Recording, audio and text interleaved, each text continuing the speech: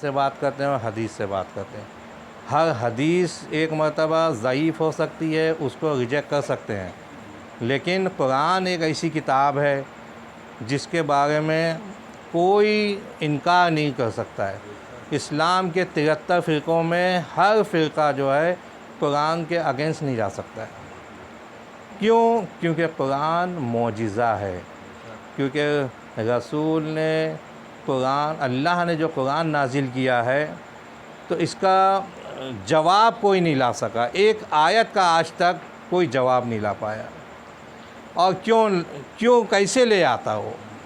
کیونکہ یہ کتاب کسی ملا کی لکھی ہوئی نہیں ہے، یہ کتاب کسی مفسر کی لکھی ہوئی نہیں ہے، یہ کتاب اللہ کی ہے اور اللہ کے رسول پہ نازل ہوئی ہے، جس کے بارے میں خدا کہتا ہے کہ اگر میں قرآن پہاڑوں پر نازل کرتا تو پہاڑ ریزہ ریزہ ہو جاتا، لیکن رسول کا قلب اتنا بڑا ہے، اتنا مضبوط ہے کہ میں نے رسول کے قلب پہ یہ قرآن نازل کیا. ایک صلوات بھیجے محمد و آل محمد. پھر رسول اکرم صلی اللہ علیہ وسلم ارشاد فرماتے ہیں کہ میں تمہارے درمیان دو چیزیں چھوڑے جا رہا ہوں. انی تارکم فیکم الثقلین کتاب اللہ عترتی و اہل بیتی. یعنی میں دو وزنی چیزیں چھوڑے جا رہا ہوں تمہارے درمیان، ایک قرآن، ایک اہل بیت. اگر تم ان دونوں سے متمسک رہو گے، ان دونوں کو مضبوطی سے پکڑے رہو گے تو کبھی گمراہ نہیں ہوگے. عزیزو، اب کسی نے کتاب خدا لے لی، کہا حسبنا اللہ، ہمیں کتاب کافی ہے، کتاب اللہ، کتاب ہمیں کافی ہے. ہم لوگوں نے کیا کیا؟ ہم نے قرآن تو لیا ہے لیکن تھوڑا کم پڑھتے نہیں ہیں، جانتے سب کچھ ہیں. قرآن کے بارے میں جانتے سب کچھ ہیں لیکن وہ بھی اسی مجلس کے صدقے میں، ورنہ ہمیں کیا معلوم تھا قرآن کے بارے میں؟ یہ مجلس اعضاء کے صدقے میں ہمیں پتہ ہے، لیکن ہم حدیثوں پہ زیادہ عمل کرتے ہیں. قرآن اگر ہم پڑھیں تو قرآن کہتا ہے کہ اگر قرآن کی ایک آیت پڑھتے ہیں جس میں جھوٹوں پہ لعنت بھیجی گئی ہے کہ الا لعنت اللہ علی الکاذبین، کہ جھوٹوں پہ خدا کی لعنت، اگر کوئی یہ آیت پڑھ رہا ہے اور وہ جھوٹ بولتا ہے تو قرآن کی وہ آیت اس پہ خود لعنت بھیجتی ہے. اب آپ بتائیے تاریخ میں کتنے بڑے بڑے جھوٹے گزرے ہیں جنہوں نے اپنے آپ کو سچا کہلوایا ہے، صادق صدیق کہلوایا ہے اپنے آپ کو. جتنی دنیا جب تک ان کو صدیق کہتی رہے گی تو پوری دنیا جتنے پڑھتے ہیں سب کی لعنتیں اس پر پڑتی رہے گی. ایک صلوات بھیجے محمد. عزیزان محترم، یہ جتنا اپنے آپ کو اوپر کرنے کی کوشش کرتے ہیں کہ فلاں صدیق اور ڈھمکا فاروق ہیں، فلاں غنی، اب یہ جتنی قرآن میں ہم پڑھتے رہیں گے ان پر لعنتیں بھی آتی رہیں گی، کیونکہ قرآن معجزہ ہے. ہر خشک و تر قرآن کے اندر ہے، ہر خشک، پوری کائنات کا جز قرآن کے اندر ہے. جب تک ہم نے نہیں معلوم تھا، جب لوگوں کو پتہ چلا قرآن کے بارے میں، تو آج جو سائنس جو ترقی کر رہی ہے یہ صرف قرآن کی آیت اور نہج البلاغہ کا سہارا لے کے جا رہے ہیں. ہمیں نہیں معلوم ہے کہ نہج البلاغہ کیسی کتاب. قرآن کے بعد جس کتاب کا نمبر آتا ہے وہ ہے نہج البلاغہ. کہ اگر کوئی غیر سائنسداں اگر پڑھتا ہے تو کہتا ہے کہ مسلمان کتنا بڑا بیوقوف ہے کہ ان کے پاس خزانہ رہ کے یہ نہیں دیکھتے ہیں. کہ آج چاند پہ جانے والے وہ بھی یہی کہتے ہیں کہ ہم جو اتنی ترقی کرتے ہیں وہ ان کی کتاب میں سے کرتے ہیں، لیکن ہم لوگ قرآن سمجھنا تو دور، ہم لوگ قرآن لاتے ہیں اور اس کو بہت اونچائی پہ اتنا سجا کے رکھتے ہیں، اتنا احترام کرتے ہیں، اتنا احترام کسی مذہب میں نہیں ہوگا. اتنا احترام کرتے ہیں کہ الماری میں سب سے اوپر رکھتے ہیں تاکہ بچے کا ہاتھ نہ پہنچے. ہمارا پہنچے یا نہ پہنچے، ہم تو پڑھتے ہی نہیں ہیں، بچہ بھی نہ اٹھا کے دیکھے کہ یہ قرآن جو ہے ہم اٹھا کے کبھی توفیق ہو، اللہ توفیق دے تو کبھی اٹھا کے ایک آیت پڑھ کے اس کے مفہوم کو سمجھیں، لیکن ہم جو ہے کم سے کم 30ویں پارے میں اٹھا کر اگر کوئی ایک سورہ پڑھتا ہے، عزیزان مطلب قرآن معجزہ ہم کہہ دیتے ہیں، لیکن اگر کوئی قرآن اٹھا کے پڑھے نا تو جب پڑھتے ہیں نا قرآن تو پڑھتے پڑھتے پڑھتے ایک 2-4 پارے پڑھنے کے بعد جس کی جتنی حیثیت کیپیسٹی ہے، کسی کا 1 پارے میں، کسی کا 2 پارے میں، کسی کا 5 پارے میں، جس کی عقل ہے، پڑھنے کے بعد ایسا محسوس ہوتا ہے کہ جیسے قرآن ہم سے باتیں کر رہا ہے۔ میں اپنی بات بتا رہا ہوں کہ جیسے قرآن پڑھتے ہیں تو جو انسان سوچتا ہے، تو اب جیسا سوچ رہا ہے، جیسے انسان نماز پڑھ رہا ہے، نماز پڑھتے میں اس کا خیال کہیں بھی جاتا ہے۔ بھئی ہم لوگ نماز جو ہے ہم لوگوں کی پوری قبول نہیں ہوتی ہے، جیسے ہم نے 4 رکعت نماز پڑھی ہے تو اللہ کے یہاں پوری 4 رکعت نہیں جاتی ہے، کسی کی 1 جاتی، کسی کی 2، کسی کی 1.5، کسی کی 3، ایسے جاتی ہے۔ وہ کیسے؟ جہاں ذہن بھٹکا وہ نماز وہاں سے ہماری، کیونکہ غیر اللہ ذہن میں آ گیا۔ جتنا خضوع و خشوع جتنی دیر رہے گا اتنی دیر سمجھ لیجئے اتنی نماز ہماری ہو رہی ہے۔ تو اسی طرح سے ہم اگر قرآن پڑھ رہے ہیں تو جو ذہن میں چل رہا ہے ہمارے، تو وہ قرآن جو ہے اس کا جواب دیتا ہے۔ جیسے کسی بچے کا ذکر ہے تو ہمارے ذہن میں آیا، فوراً بچے کی آیت سامنے آ جائے گی، اولاد کی آیت سامنے۔ یہ آپ کبھی آزما کے دیکھیے، اسے معجزہ ہے۔ عزیزان محترم، رسول نے کہا کہ میں تمہارے درمیان یہ 2 چیزیں چھوڑے جا رہا ہوں، ایک اطرت قرآن اور ایک اہل بیت۔ اگر تم ان دونوں سے متمسک رہو گے تو کبھی گمراہ نہیں ہوگے۔ یعنی قرآن کو سمجھانے کے لیے کوئی ہادی رہبر ہونا چاہیے، ورنہ بغیر ٹیچر کے کوئی 10ویں تک 12ویں تک کوئی پڑھ ہی نہیں سکتا ہے۔ ہر انسان کا ایک ٹیچر ہوتا ہے، تو ہمارے قرآن سمجھانے کے لیے ایک ہادی اور ایک رہبر ہونا چاہیے۔ ایک صلوات بھیجے محمد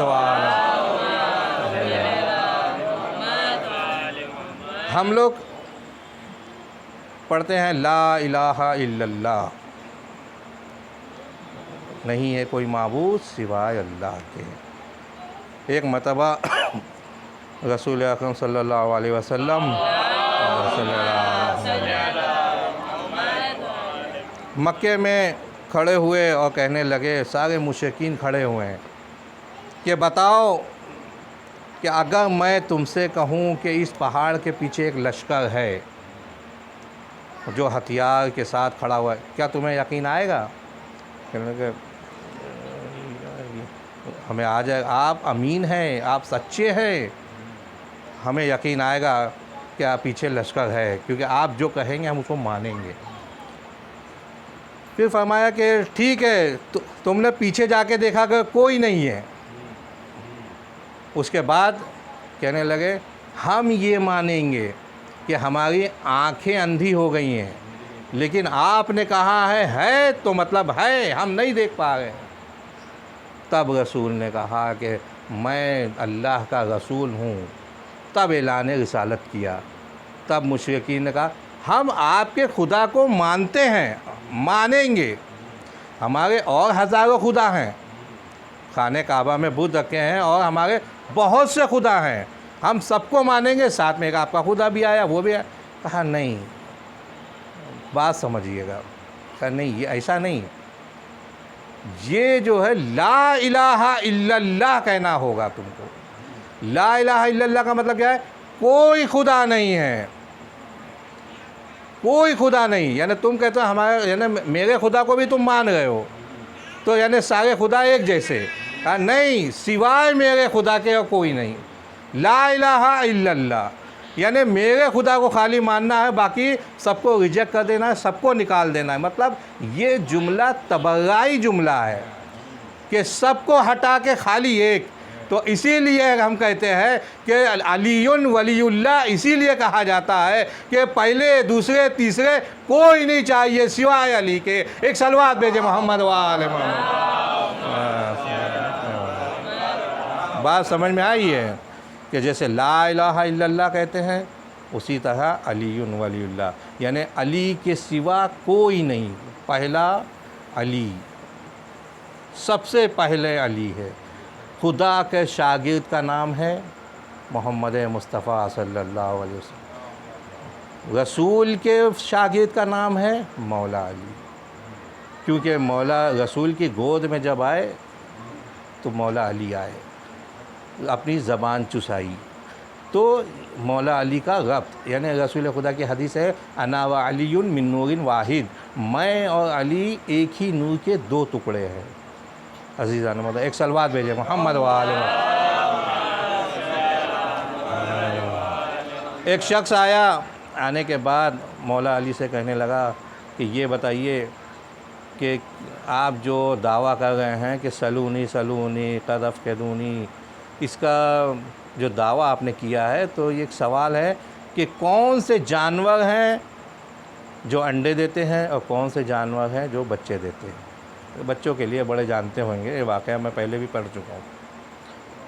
تو اب وہ سامنے والا یہ سوچنے لگا کہ اب یہ سب کے ایک ایک نام گنائیں گے، تو مولا علی نے کہا کہ جو جانوروں کے کان اندر ہوتے ہیں وہ انڈے دیتے ہیں، اور جن کے کان باہر ہوتے ہیں وہ بچے دیتے ہیں۔ پھر دوسری طرف سے کھڑا ہوا، کہنے لگے یا علی یہ بتائیے کون سے ایسا جانور ہے جو انڈے دیتا ہے، کون بچہ دیتا ہے؟ سوال وہی ہے لیکن شخص دوسرا ہے۔ پھر مولا علی نے فرمایا جو چبا کے کھاتے ہیں وہ بچے دیتے ہیں، جو دودھ پیتے ہیں، جو چباتے ہیں وہ بچے دیتے ہیں، اور جو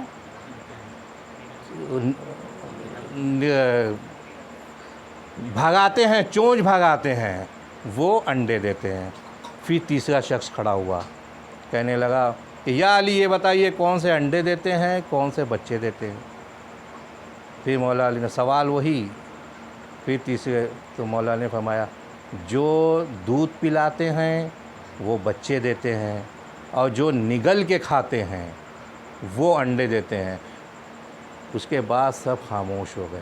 پھر مولا علی نے آواز دی کہ ہے کوئی مجمع میں جو چوتھی مرتبہ جو کوئی پوچھے سوال اسی سوال کو؟ پھر فرماتے ہیں کہ اگر تم قیامت تک اسی سوال کو پوچھتے رہو گے، میں قیامت تک اسی کا جواب اسی طرح سے الگ الگ جواب دیتا رہوں گا۔ ایک صلوات بھیجے محمد و آل محمد۔